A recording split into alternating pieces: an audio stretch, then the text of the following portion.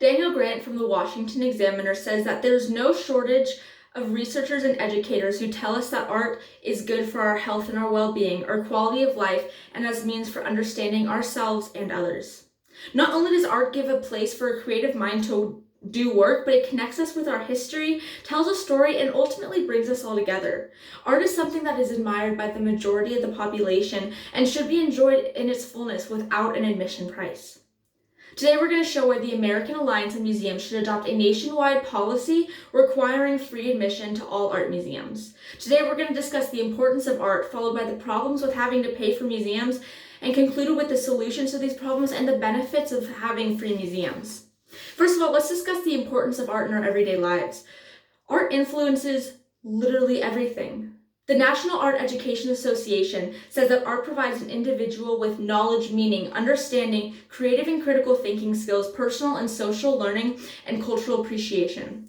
In addition to this, Angel Fernandez explains that art forces humans to look beyond that which is necessary to survive and leads people to create for the sake of expression and meaning. This not only provides the world with smarter and more well-rounded individuals, but it can also play a role in depression and suicide, as art may give people a meaning to live.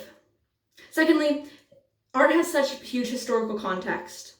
University of Bristol explains that art history provides a means by which we can understand our human past and its relationship to our present, because the act of making art is one of humanity's most ubiquitous activities. Secondly, after examining the importance of art in our daily life, let's discuss the problems, with having to pay for these art museums. First and foremost, there's huge losses without having this art. The Philadelphia Inquirer says that when they are free, we can use them in ways that better fit our lives, and thus they become more accessible practically and intellectually, as well as financially. When museums are free, we can see one painting every day on our lunch breaks. We can come back again and again to see all the things that we'd miss with just one visit. We can go on cheap dates. We can take our children and not worry about wasting our vacation budget if they throw a tantrum after 10 minutes. Students can come on school trips and not just learn about art and history and science, but also have experiences in institutions.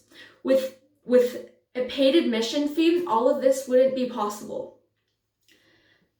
In addition, there would be a lack of interest in these museums. Following what was explained above, Ray Mark Reynolds explains that it's not that people don't want museums, it's that they don't want museums they have to pay for. In addition, the Smithsonian Institute museums, all free by the way, had their total attendance decline 7% from 2012 to 2014, even as the U.S. population increased and tourism to the U.S. boomed, according to Colleen Dillenshiner. Even if in free museums attendance is going down, with this in mind, why would an uninterested individual want to pay to go to a museum that they're not interested in to begin with? Finally, let's discuss ways to solve these problems and the benefits of having free museums. First and foremost, what's the solution?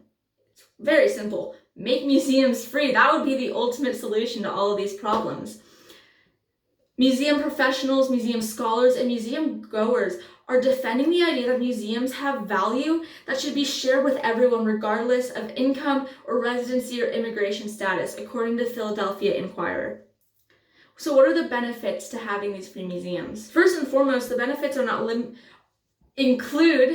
but are not limited to the physical and social benefits as described earlier: knowledge, meaning, understanding, skills, personal and social learning, and cultural appreciation. In addition, having free art museums and access to this art can limit mental illness. If art museums are free and easy to access to the public, it may inspire individuals and alleviate anxiety, depression, and stress, according to the Mental Health Foundation.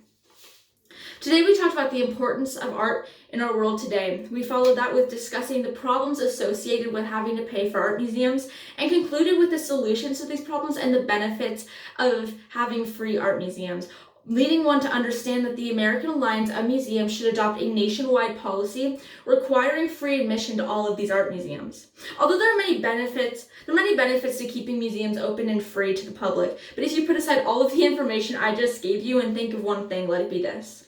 This art is someone's work. It's their prized possession. It's their passion. Something that they most likely wanted to share with the world for no price at all. So I say this, let it be shared. Thank you very much.